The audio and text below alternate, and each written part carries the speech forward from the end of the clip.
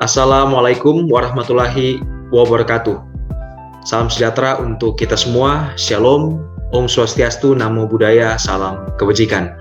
Perkenalkan, nama saya Jeffert Ferdinand Albert Suban. Saya merupakan mahasiswa Fakultas Hukum Universitas Pembangunan Indonesia Manado dengan nomor induk mahasiswa saya 2074201115. Nah, pada kesempatan kali ini, pada video kali ini saya akan memaparkan terkait dengan hukum kontrak, ya, dalam hal ini pandangan dari hukum itu sendiri. Jadi saya akan bahas terkait dengan kontrak dari sisi pandangan hukum. Nah, video ini saya buat dalam rangka pemenuhan ujian akhir semester, terlebih khusus untuk mata kuliah hukum kontrak. Untuk itu saya akan memaparkan langsung saja pada kesempatan kali ini. Menurut terjemahan dari Black Law Dictionary, definisi kontrak adalah suatu perjanjian, ya, antara dua orang atau lebih yang menciptakan kewajiban untuk berbuat dan atau tidak berbuat sesuatu hal yang khusus. Berdasarkan Kitab Undang-Undang Hukum Perdata, kontrak melahirkan suatu perikatan antara pihak yang mengikat dirinya, sehingga ada kontrak. Dari kontrak ini lahir suatu perikatan di mana para pihak yang mengikat diri memiliki kewajiban masing-masing sesuai dengan apa yang ditentukan dalam kontrak. Nah, banyak orang yang salah mengartikan bahwa kontrak akan dinyatakan sah jika dibuat secara tertulis. Tidak sedikit pula orang yang beranggapan bahwa suatu kontrak dianggap sah apabila ditandatangani di atas materai.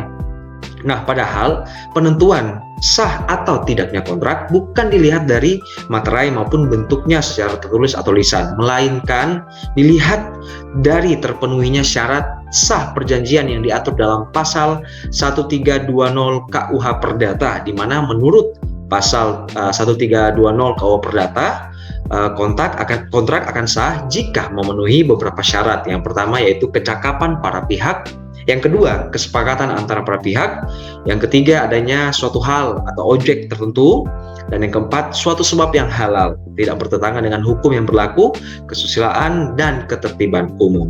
Nah, terkait dengan asas hukum perikatan atau asas dalam berkontrak, menurut teori ilmu hukum perdata terdapat 8 asas hukum, ya, perikatan dalam berkontrak yang tercermin dari pasal-pasal yang ada dalam KUH Perdata.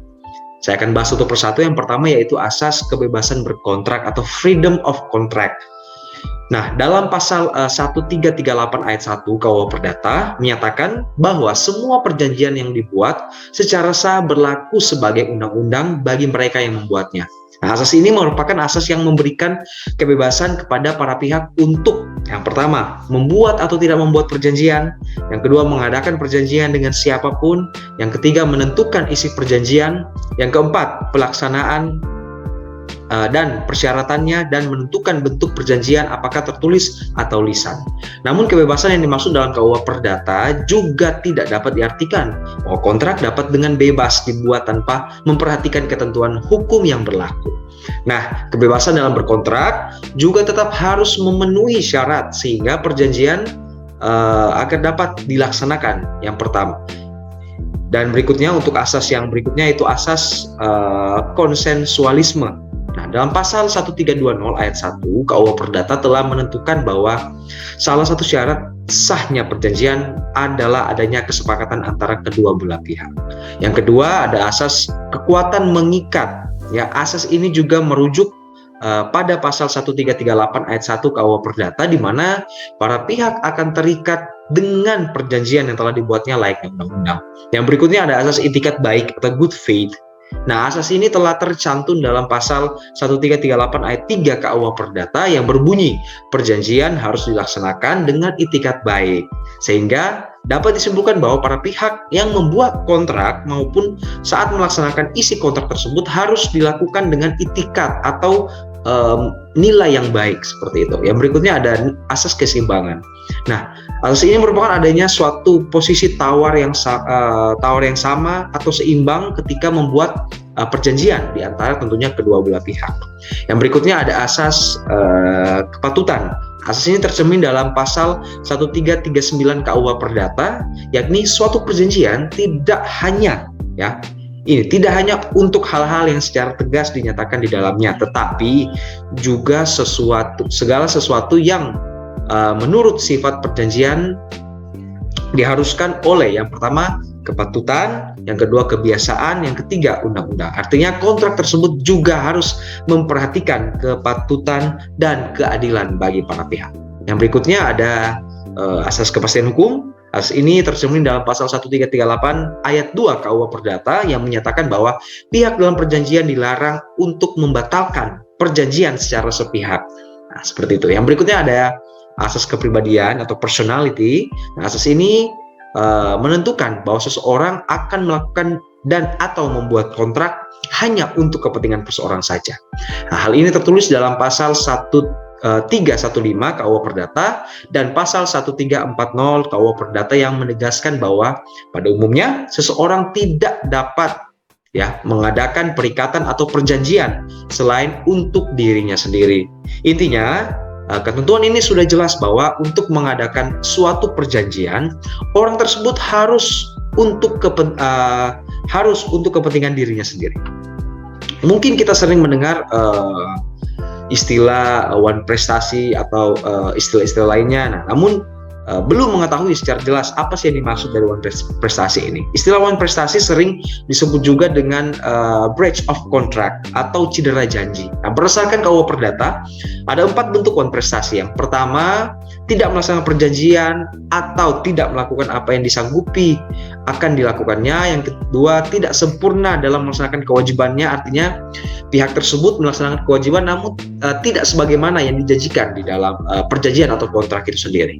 Yang berikutnya terlambat dalam melaksanakan kewajiban dan juga melakukan hal-hal yang dilarang dalam perjanjian. Nah, ini 4 bentuk dari one prestasi.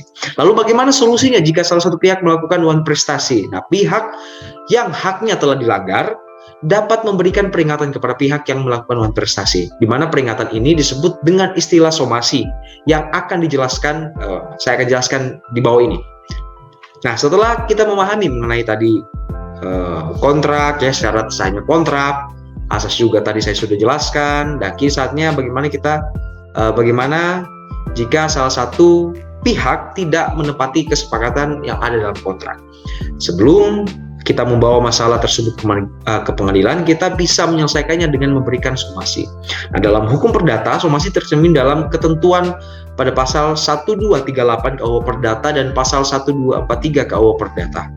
Di mana dalam pasal 1238 KUH Perdata disebutkan bahwa ini bunyinya, si berutang adalah lalai apabila ia dengan surat perintah atau dengan sebuah akta sejenis itu telah dinyatakan lalai atau demi perikatannya sendiri, ialah jika ia menetapkan bahwa si berutang harus dianggap lalai dengan lewatnya waktu yang ditentukan. Nah, lebih lanjut pada pasal 1243 KUH Perdata diatur bahwa tuntutan atas one prestasi suatu perjanjian dapat dilakukan apabila yang melakukan one prestasi telah diberikan peringatan bahwa ia telah lalai atau tidak melaksanakan kewajibannya. Seperti itu. Namun tetap melalaikan kewajibannya. Peringatan ini yang lebih dikenal dengan istilah somasi. Peringatan berupa somasi yang seharusnya diberikan juga tidak diatur secara tegas, sehingga hal ini tergantung dari pihak yang memberikan somasi. Adapun bentuk-bentuk dari somasi yang disampaikan pihak yang melakukan one prestasi tidak diatur secara jelas, namun pada umumnya isi dari somasi antara lain mencakup yang pertama tentunya tadi saya sudah sampaikan, hal yang diminta atau kewajiban pihak yang melakukan one prestasi. Ada juga dasar hukum permintaan, ada juga jangka waktu bagi pihak yang melakukan one prestasi untuk melaksanakan kewajibannya. Nah, untuk melindungi para pihak dalam perjanjian, ketika salah satu pihak telah melakukan one prestasi, pihak yang melakukan one prestasi dapat diminta untuk memberikan ganti kerugian terhadap pihak yang lain akibat dari one prestasi yang dilakukannya. Dalam hukum kontrak ada 2 kewajiban yang menimbulkan ganti rugi, yaitu yang pertama ganti rugi karena one prestasi dan ganti rugi akibat melawan hukum. Ganti rugi one prestasi merupakan bentuk ganti rugi yang dibebankan kepada debitur yang tidak memenuhi isi perjanjian yang telah dibuat. Sedangkan untuk ganti rugi melawan hukum adalah bentuk ganti rugi yang dibebankan kepada orang yang melakukan perbuatan yang bertentangan dengan hak orang lain. Nah, lain halnya dengan one prestasi, seseorang yang mengajukan klaim ganti rugi apabila haknya telah dilanggar meskipun sebelumnya tidak ada perjanjian di antara keduanya.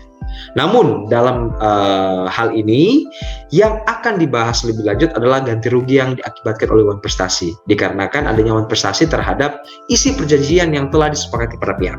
Pasal 1243 sampai 1252 KUH Perdata, Kitab Undang-Undang Hukum Perdata ini telah menyebutkan bahwa prinsip dasar ganti rugi wan prestasi adalah pihak yang lalai wajib mengganti kerugian yang meliputi ongkos, kerugian dan atau bunga. Nah, dijelaskan lebih lanjut dalam pasal 1246 KUH Perdata, ganti kerugian itu terdiri atas 3. Yang pertama ada biaya, ya, yaitu segala pengeluaran, ya, ongkos dan lain-lain. Yang kedua ada rugi, ya, yaitu kerugian karena kerusakan barang mungkin. Berikutnya ada bunga, yaitu keuntungan yang seharusnya diperoleh atau diharapkan oleh kreditur apabila debitur tidak lalai. Nah, maka dari itu jika pihak counterpart melakukan wan prestasi, kita sebagai pihak yang dirugikan dapat mengajukan klaim ganti rugi kepada counterpart kita. Hal ini juga dapat dituliskan di dalam kontrak, misalnya dalam perjanjian jual beli, ya, ketika pihak pembeli tidak melakukan pembayaran sesuai dengan jadwal yang ditentukan, pembeli dapat dikenakan denda. Jadi seperti itu secara garis besar terkait dengan yang sudah saya buat, yaitu pandangan terkait kontrak di mana ditinjau dari sisi hukum. Ya, saya sudah tadi menjelaskan hal-hal pentingnya. Semoga apa yang dapat saya sampaikan kali ini dapat bermanfaat meskipun hanya sangat-sangat singkat. Dan baik, untuk menutup presentasi saya, video saya kali ini, saya ingin mengajak kepada kita semua, bagi mungkin adik-adik ataupun rekan-rekan yang ingin melanjutkan studi ke perguruan tinggi, jangan ragu untuk gabung di Universitas Pembangunan Indonesia Manado. Kenapa UNPI? UNPI universitasnya terpercaya, fakultas program studi yang ada di dalamnya ini beragam, sehingga mahasiswa dapat memilih dia mau masuk di fakultas mana, program studi mana dia ingin masuk, jadi bebas. Dan juga untuk dosen-dosen yang mengajar pun di dalamnya ini sangat-sangat berkualitas. Untuk itu, tunggu apa lagi? Mari jotoran gabung di UNPI untuk masa depan yang lebih baik. Terima kasih, saya Jeffert Ferdinand Albert Suban, mohon pamit undur diri. Sampai jumpa pada kesempatan yang berikutnya. Terima kasih dan sampai jumpa.